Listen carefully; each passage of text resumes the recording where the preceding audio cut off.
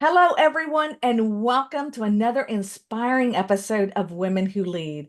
I'm your host, Teresa Palacios Smith, and in honor of Hispanic Heritage Month, this special episode is dedicated to the remarkable stories, challenges, and triumphs of Latinas who are excelling in their respective fields, and each is leaving an indelible mark on the communities they serve. So grab your cafecito or your café con leche or your tea and join me as we chat with our incredible panel of leading Latinas. And I call them leading Latinas because each of them has a special place in their markets and in my hearts.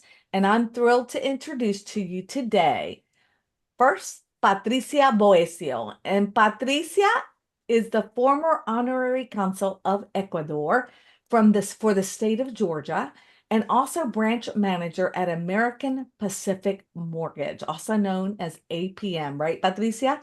Right. Patricia was born in Guayaquil, Ecuador, and studied at Curitiba College in Brazil, where she mastered Portuguese. And I've known Patricia as she's been a pillar of our community here in Georgia for more than 30 years. And she has received so many awards and so many accolades for the work that she's done in serving the Latina community in the pursuit of financial awareness and also homeownership. Patricia, I'm so excited to have you on the show. Welcome. Thank you. Thank you. Hola, everybody. It's a pleasure to be here with you, Teresa. Thank you so much. Susan Mendez. She is the Special Projects and Events Manager at Long Realty, where she has over 21 years of service. Susan's parents are descendant from Mexico, and she grew up in a small mining community in southern Arizona. I think you're the first person I've ever met that has that story. So I can't wait to hear your story, Susan. She operates the Grupo Hispano within the Long Realty companies and is passionate about her community and making homeownership a reality for the many families that Long Realty serves. Bienvenido, Susan. Gracias, Teresa. Thank you so much for having me on your show. It is such a privilege. Thank you. Absolutely. And then Laura Vasquez. Laura is with Berkshire Hathaway Home Services California Properties and Realty and the Perry Mundy Realty Group. She has over 2 decades of experience in the real estate industry, and she is ranked number 3 within the Berkshire Hathaway Home Services California companies. Congratulations, such a huge honor. And she has successfully guided over 200 families through the process of home buying and home selling. And in fact, Laura, I just want to take a minute to recognize 2 individuals who have sung your praises and are very good friends of mine, and that's Dave Corey and Matt Johnston. Both describe you as a superstar in the industry, and it's clear that your leadership and passion have made a lasting impression, not just on them, but all the people that you serve. So welcome as well. Thank you so much, Teresa. It's such a pleasure being here in your show. Thank you. So thank you all. And again, I'm excited and let's dive right in. In fact, the first question I ask everyone that's part of our Women Who Lead group is that I want to know how you got started in real estate and in the business you're in, because it's always interesting to me, right? Some people are second generations of families that were in the business. Others just did it by chance. So I'm going to start with you, Patricia. How'd you get started in real estate? Well, I was in the banking industry in Ecuador. And when I arrived in 1994 in Georgia, the first thing that I thought is I want to continue being in the financial business. And I went to Georgia Tech, prepare myself with my English. That's the first thing to do, right? And after that, I started working in that time with Norwest Mortgage, I remember, then Wells Fargo, and, become broker, and voila, we were in the industry, but it was already for me. I was in the industry in Ecuador. So you had that banking background already, which made it easy to transition. Now, did Georgia Tech have a English Spanish immersion program? Yeah, they have a second language. I did not know that. That's a news to me. 12 months. It is Yeah. 12 months. And obviously, because I went to Brazil, my English was very poor. And then I decided the first thing that we have to do as an immigrant is to learn the language, because that's the first step that we can communicate correctly with any industry that we are going to be working with. I love that. That's absolutely fantastic. Susan, how about you? Well, I got started in the business when I found myself without a job. I had worked for this mining industry for about 16 years. And so I said, okay, now what? So I found a job ad for Long Realty Company. And I thought, wow, that would be so interesting to see what it would be like to work for a real estate company. And so I applied and with Rosie Corbeline, and I got the job. And what I found really interesting is that Long Realty had been around since 1926. So it had been in town for so long. And I thought, okay, I'm going to give you that. I'm going to try it. So Rosie Corbeline hired me, and she was our former CEO of Long Companies. Did you start as an agent? Well, I started as an administrative assistant, and so I continued. And it's been a really wonderful road. I've been here for about 21 years. So it's really a great company to work for. So I have to do a shout out to Rosie because, and Renee Gonzalez, who's the current Yes. the president of that Long Realty, because Rosie was the first person I met that really was passionate about establishing un grupo hispano within Long Realty, because she felt that she was missing the mark. This was many, many years ago, and not capturing the growing and expanding Latino market, especially in Arizona, which obviously is Latino, right? There's a lot of Latinos there. So again, shout out to Rosie and to Renee, who's continued that passion as well. And so welcome. Thank you for sharing that. And Laura, how about you? So I've been licensed for the past 7 years. But previous to that, I was always working for lending industries, for either being a receptionist or admin assistant, just doing a lot of work. So I would see everything on the lending side, and I would see them communicate with the agents and all that stuff. So I ended up getting my license. I don't know why it took so long, but I ended up getting my real estate license about seven years ago, and here I am ever since. But before that, I always knew I wanted to get into real estate, so I've always had that in me. But it just took me a while to get my actual license. So I'm here. Yeah.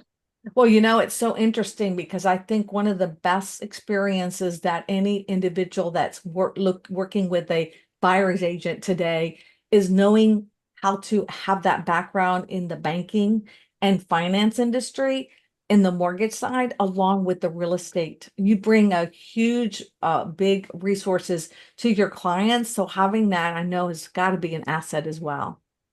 Yes, it is. It Yes, is, right? definitely. So one of the things that I really want to know, and I'm going to start with you, Patricia, because you came to this country. I am in such awe. I look back now at my parents and I think what courage it took. I don't know that I could do it, to come to this country without a dime, to start all over, not speaking the language like you did, right? And having to just start from scratch, and look at where you are today. To me, you're an amazing woman because of all the things that you had to experience to get to where you are. And you are so many accolades. I mean, again, Patricia, tell me about that experience and how scary it had to be for you. Well, I think my story is nothing compared with other women, Teresa. I believe there is a lot of women there that they pretty much start from scratch, from zero. In my point of view, the most difficult for me was the language. And that's why I thought, if I am well educated since the beginning, I'm going to approach whatever I want. And I think I was lucky to have a husband who provides and support me financially in that time. But at the same moment, and you try to eat the world in the United States, if you don't have the language and you are not communicate, and you cannot have friends, even having friends, and that was the toughest one for me. And believe me or not, I was the first one in the family who came to United States to live in the United States with 2 kids, 2 and 5, with no language, no at all, a little bit, and you have to be brave too. But my story is nothing compared with a lot of women there, that they really deserve that applause when they came. Well, you deserve that applause too, Patricia. Again, just coming and starting with 2 small children to another country and really having to start all over. No matter, sometimes you don't get the credit even in the schooling that you have when you come, across borders. So again, I congratulate you. Susan, tell me a little bit about your mining background, because your parents were miners, right? Yes, actually, my grandfathers were miners, my father, some of my brothers, my husband, and they worked for different companies at different times under underground mining. So that was a really difficult time for some of the families. Like my father, he was found without a job when the mines closed at that time. So my mother was so instrumental in really being able to stretch that dollar and really help us, because we come from a big family. We had 6 brothers and I have 3 sisters, and so there's 10 of us. So, that the mining industry provided so many years, and it was a company that was up for a long time, but because of the copper price, declined, they closed it down. So there were struggles. Not mine copper.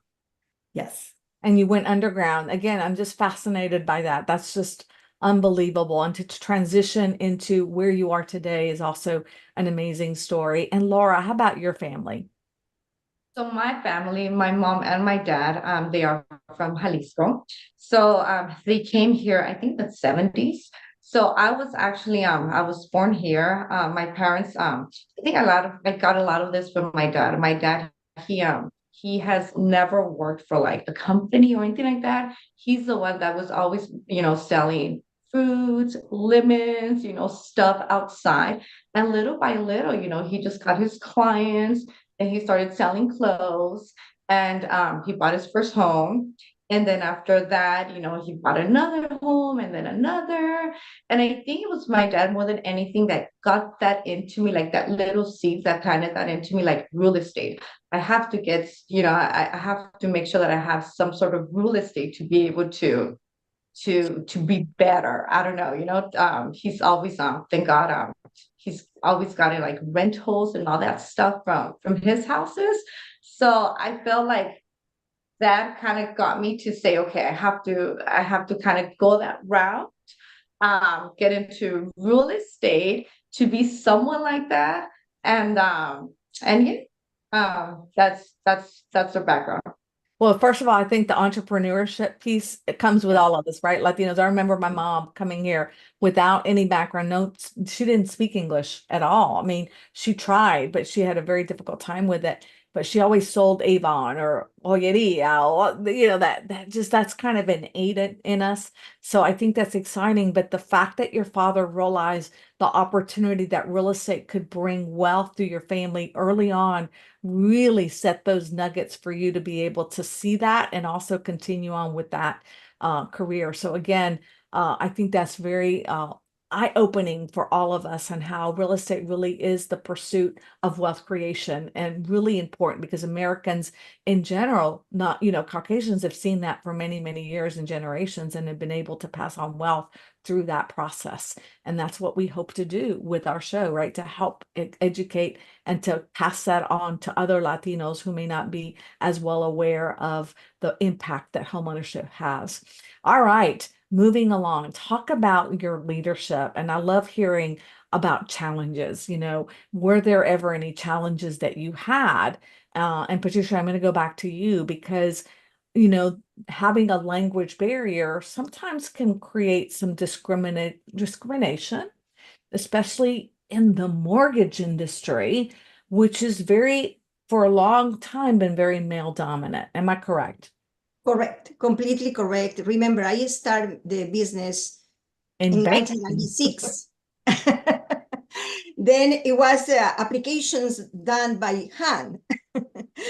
And, I was laughing this morning when I was reviewing your notes and everything, but it's true.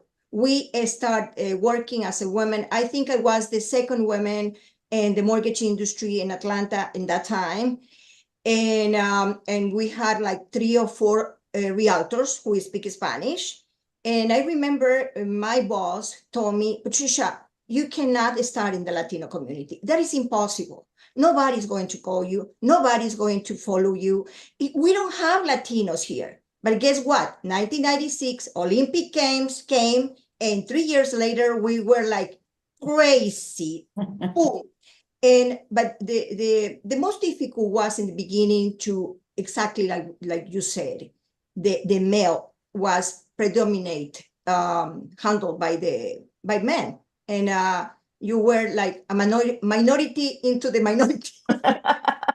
You're a But double minority, right? yeah, but I stuck in, and I want to be in a Latino community, and for me has been an honor to be with women that they see me now and they said, Patricia, I know you for the last 20 years, and you are an example for us because we grew up with our community, but the most difficult in the beginning was definitely to deal with that.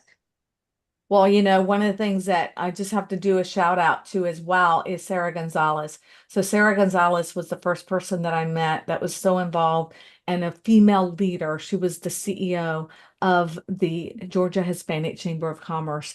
And that is what has united so many of us, right, Patricia, that we were all involved at one time with the Georgia Hispanic Chamber of Commerce. I chaired that organization, and that's what gave me my leadership track as to where I am today. So I give a lot of credit to the Cámara de Comercio de Georgia for their work and for inspiring me to be able to come to the leadership role that I'm in today. Susan, how about you? Did you experience any type of challenges or obstacles along the way? Yes, definitely. Like but Teresa was saying, the male dominance. So usually the women were kind of perhaps noticed or seen as somebody who couldn't provide the value. So sometimes when you would provide some input, you weren't, I believe that we weren't taken as serious. But that doesn't stop. And we still continue to grow and learn and surround ourselves by those who want to teach. But the difference really came in when during the time that I was working during that mine closure, I was able to help a lot of our Latino Hispanic community because I was diverse in the 2 languages. I was able to help them. So to be able to contribute and to help out, that is so important.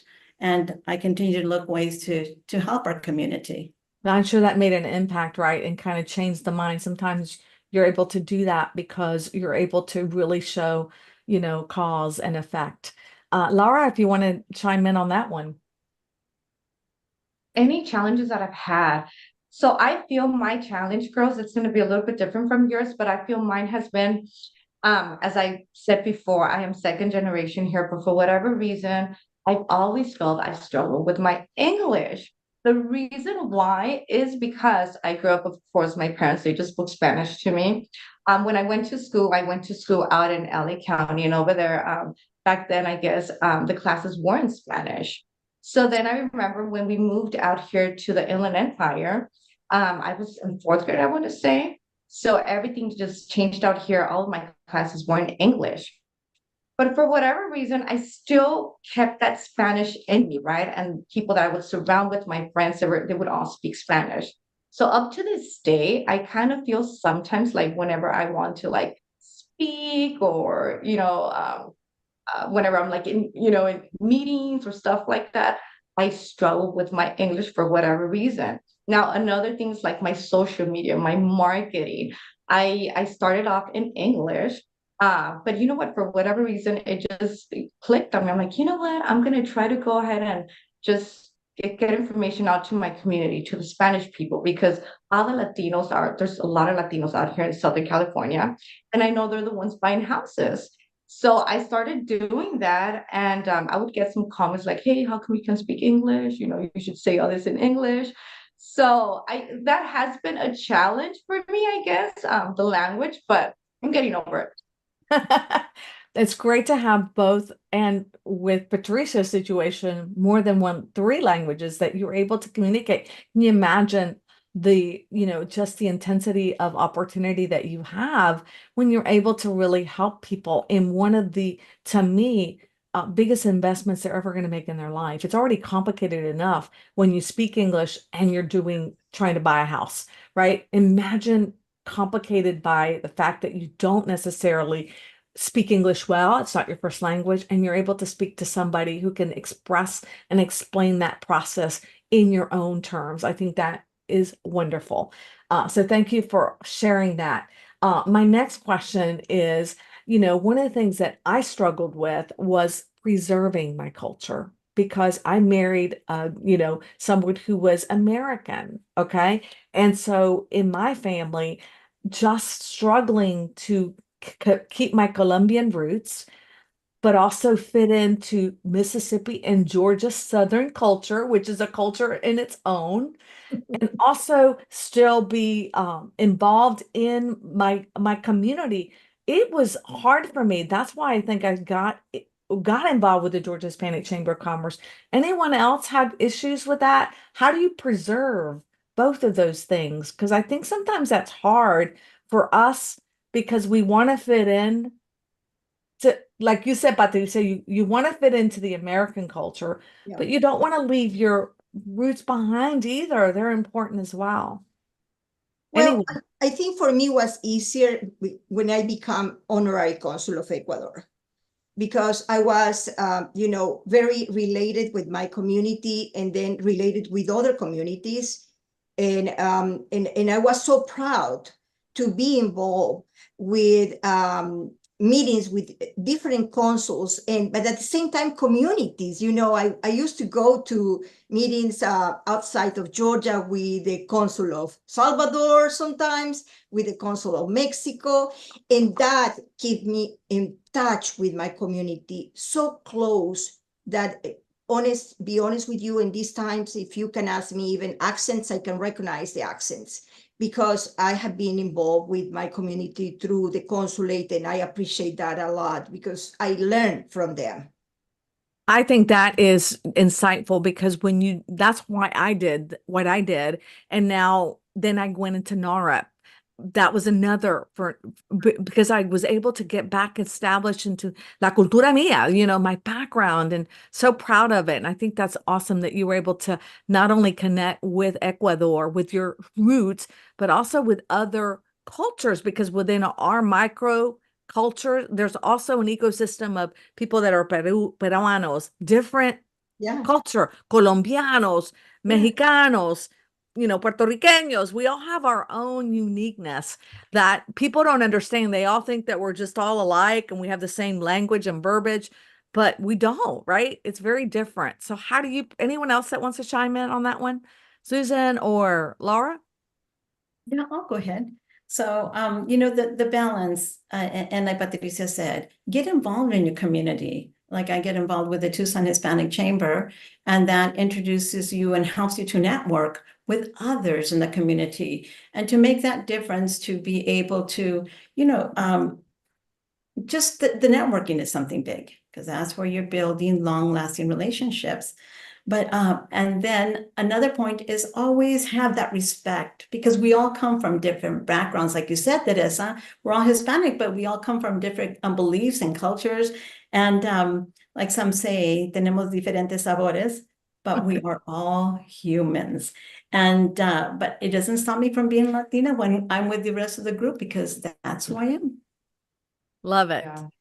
Laura? I agree with both Susan and Patricia. Networking, get involved in the community, and I feel like at first how I mentioned to you the Spanish speaking, but once I just let go of that fear and just really spoke just Spanish to the community, to my people, I felt more comfortable. And you'd be surprised, there's a lot more people that are going to be thankful that you're speaking to them, their language, because they don't know. They're like, oh my goodness, Laura, I'm so glad you're telling us it works this way because we couldn't understand it, or, so you'd be surprised. But yeah.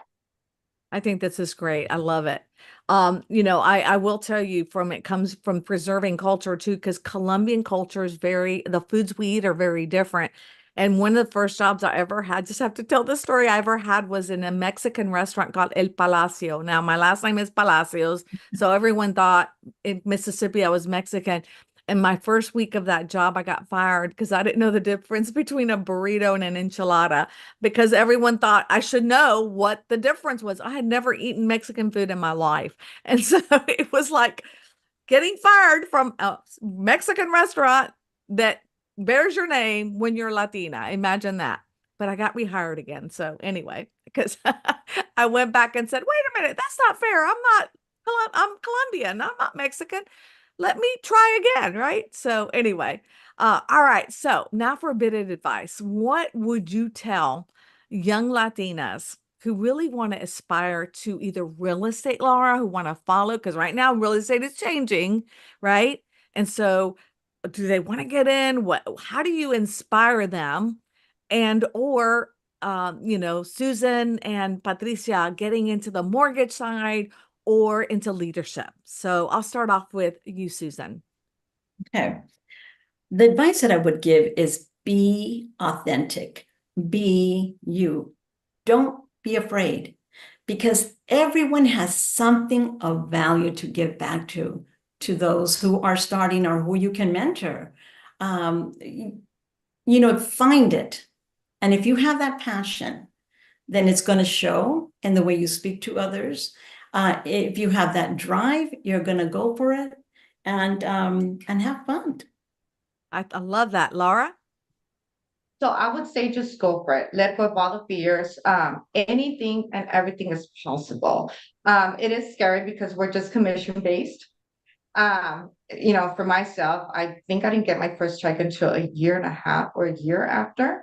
It was hard. I wanted to quit so many times, but I didn't. I knew there was something more. I knew there was more to it. And I would also say, try to get a mentor. Try to get a mentor, because mentor helps so much. And there's so many free ways of getting mentors right now, like YouTube, watching podcasts.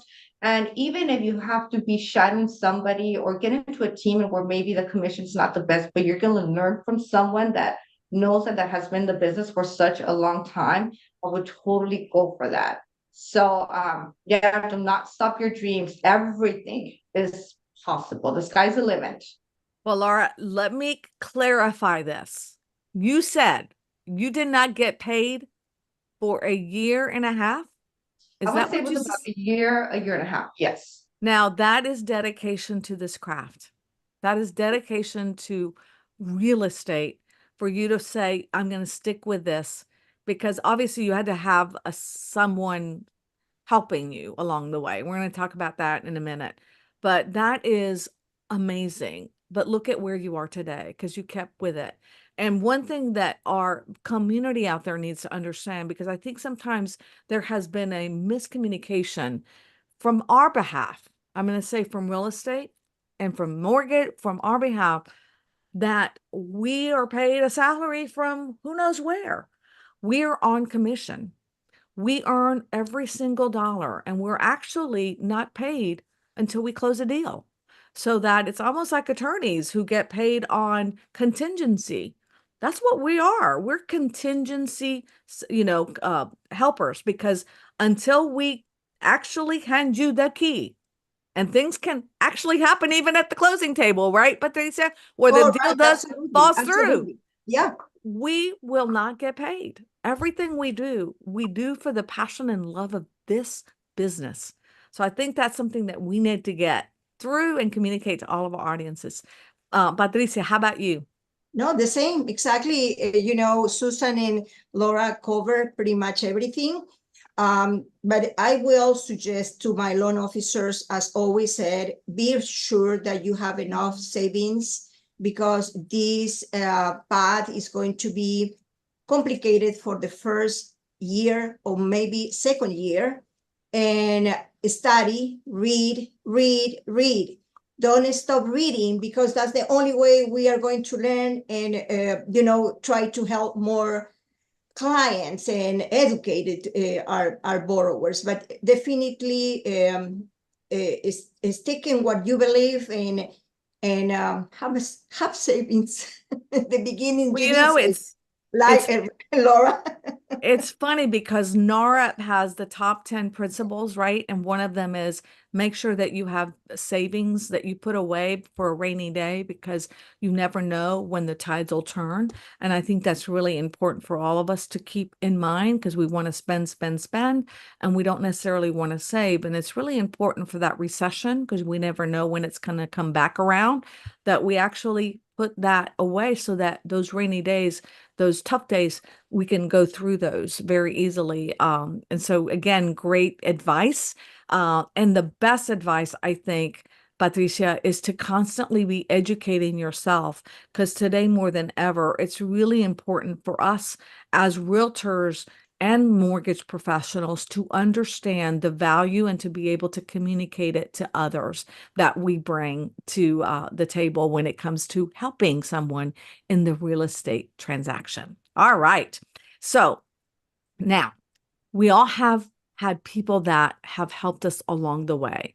And this is really important to me to thank those individuals that were trailblazers, or people that really helped us or touched us and said, hey, it's your turn. I want you to step up into this role. So who were your role models, mentors, or who played a significant place in your heart and during your journey? And Susan, I'll start with you. Well, in my previous company that I worked for, there was a group of executives who really empowered us as young women they gave us projects to start and to finish. And if there was some kind of a mistake that we made along the way, they would help us and develop us. And then with our current company, well, like I said, my former CEO, Rosie Corbeline, allowed me to work with a group of talented agents, Hispanic agents, and to help them to really get involved with the community and again, to build those relationships. And they're a wonderful group, because they are both, English and Spanish speaking, and they are really willing and working hard to serve our community, to help them find that dream home. Sometimes they don't know how to start or where to start. So we have some workshops to actually educate them. We had our first cafecito this Saturday, and they were so excited to talk to the community, to bring them in. And they shared this little sweetbreads called the cochitos, where they were so excited. And then, the support continues today with our current CEO, Renee Gonzalez. And she continues to support this effort, which is so important. And like you said, Teresa, in Arizona, we have to have it, because we're really close to the border of Mexico. So it's important to help our community. Well, having that leadership starts at the top. That's how we can get things done within our companies, because sometimes it takes a little bit more than just, oh, let's just try it for 6 months. It may take a year and a half, right, before we actually start to see the fruits of our labor. It's like that seed that we're planting that eventually becomes a huge, huge farm. So thank you for sharing that, Susan. How about you, Laura? So I want to say, I've had about 4 people throughout my entire career that has helped me. First of all, it's my coach, who I still have. I probably hired him, I want to say like the second year and a half. And ever since I've had him, so he's just been mindset, when I get stuck somewhere, he'll help me. So he's been a great part of So it. what's his name? You got to Another tell. one is, ¿Cómo se llama? his name is Benny Salcido. Benny And- Salcido. And who's he with? Yes. What I'm coaching? sorry.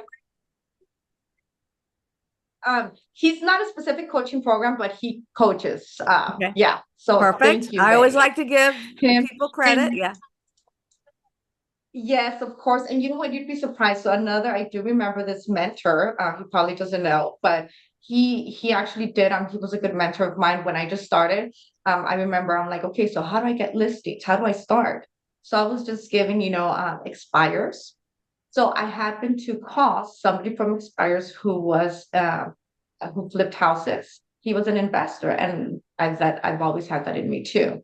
So I called him, thinking he wanted to sell. We ended up meeting up, and he taught me all the way. He taught me how to flip. Actually, my first investment, I actually got in with him. So he's one of them too. And of course, the other one, it's with Berkshire, my manager. When I just started too, I wanted to quit. I remember I always say this story. I went into the office. I'm like, oh my goodness, Rudy, I want to quit. I want to quit. I can't no more. I'm not getting paid. And I hadn't even applied at a job. And I told him, like, hey, I got hired. I think that's it. He's like, no, just hold on, give it a few more months. You're doing great. You're gonna get something. And thank God I stuck around. And what's So Rudy's last name? Rudy, God, oh my God, I can't think of it right now. That's okay. God, I forgot. You're on the spot, right? but- We're putting you on the spot. Oh, I But think no, that's great. yes, that's great. They have played a big part of my career, and there's still a lot more to go. Yeah, Yes. absolutely. I think that's great. Patricia, how about you? Well, it was a long time ago, but I have to give credit to a wonderful man who has been a believer in me when I was young, when I was 30 years old. The first one was the president of the bank in Ecuador, Guillermo Dueñas, who believed in me, and he gave me the opportunity to be a vice president in less than 6 years in the bank. And then I have to give the credit to my late husband. He believed so much in me, so much that sometimes it was overwhelming to me. He was like, you can be president of Ecuador. I remember, you can be whatever you want. It's only on you, Patricia. And he was a wise, very smart man. And he was the one who always says, you can do it. No matter what, you will have accent until the last day of your life. But continue doing what you're doing, continue to educate yourself, you will do it great. And we did this together, pretty much.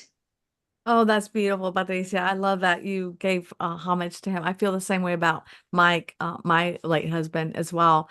Just having those angels that really help you, talk to you when you've got the negative on one side saying you can't do it, and the person behind you saying, yeah, you can do it, you can do it. So I think those are great, great people that really inspire and help us through those good times and those bad times as well. All right. So, I like this question that someone asked me once, and I thought, oh, I think I'm going to ask our panel.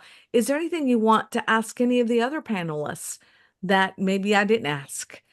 So I'll start off with you, Patricia. Well, I'd like to ask Laura, I'm still thinking about 2 years, 2 years with no income. My goodness, my respect to you, because I thought in my case it was 6 months, but 2 years, man, it's a lot. Tell me, honestly, I know it was challenging, but how you support yourself, because sometimes we have a lot of young realtors there struggle, and it's good to know that you did, and it's great. So Patricia, thank God to my husband too. I'm not gonna say we were wealthy because we were both struggling. We had just gotten married. So you can only imagine. He had just started a job. He only made, the minimum. So we would just be really saving up money, and up to this day, we're not really big spenders. So he would also just encourage me, just hold on, Laura, hold on. You know what? Our mortgage, thank God, wasn't a lot. So we were able to manage it. But yeah, thanks to my husband and my parents too. They also supported me with anything that I needed. So thank God for them too. Yes. I know it's tough. I can only imagine somebody just going in it and no savings. It's hard. You have to have a backup. You have to have somebody there. It's a tough business. It really is. So having that support is unbelievable. Laura, how about you? Is there a question you want to ask? For both Patricia and Susan, you ladies are successful. How do you keep up? How do you do it? Susan. So how do we do it? Well, you just continue. And and you both touched on this. Well, everybody has touched on this, is family support. Family support is very important, because without their support, you can't go on. I mean, it's hard to go on if you didn't have that support. So balancing, oh wow. When my kids were little, it was a struggle. You're running here and there and everywhere. And now that they're grown, you still try to be there when they need you. And a lot of the things that we do to bring the family and the tradition back is passing those traditions of teaching them and sharing some of those wonderful recipes that my mother had, the grinding of the corn to make tamales, and the picking of the prickly pear to make some jellies. But the balance is all about that work and family balance. You have to blend it. That's really, really important. You can't have one without the other. You have to have both and work at it hard. I love it. Patricia? Well, yeah, this has to be the family support, definitely. But we are Latinas. We are Latinos. We have that plus. We always count to each other, no matter what. My sister-in-law can be sick, or I can be sick, she will be here. And this is the beauty of the Latino communities. We cross all over the state, all over the world, to be with that somebody that needs us. And that is the legacy that we have to pass to our communities too. Yes, I love that. Beautiful. Oh, so true. So true. Susan, is there a question you want to ask? Well, I think Patricia, because I recall my mom when she, we first came to the US, she struggled with the English language. So how did you do it? Because you're very successful now. And looking back, what helped you to develop your language skills And your confidence, and your confidence? right? Well, you know what? It was tough. I remember I have to read 3 times the same guidelines to understand what to do with this borrower. And I remember my other colleagues, they were like waiting for me, and I was like reading 3 times the same guideline to catch that information. I think that I am very perseverant, and I am very, for me, is the discipline, and whatever you're going to do, that is a key. And I always teach to my kids, whatever you are going to do, be the best. And I follow that. I try to be the best without sacrificing my family, of course, but try to be the best. And if you have to read 3 times the guidelines, go and I think that is just a testament to your perseverance, for sure, Patricia. And it's funny because I love that you asked those questions. My father had such a very thick accent that I was embarrassed.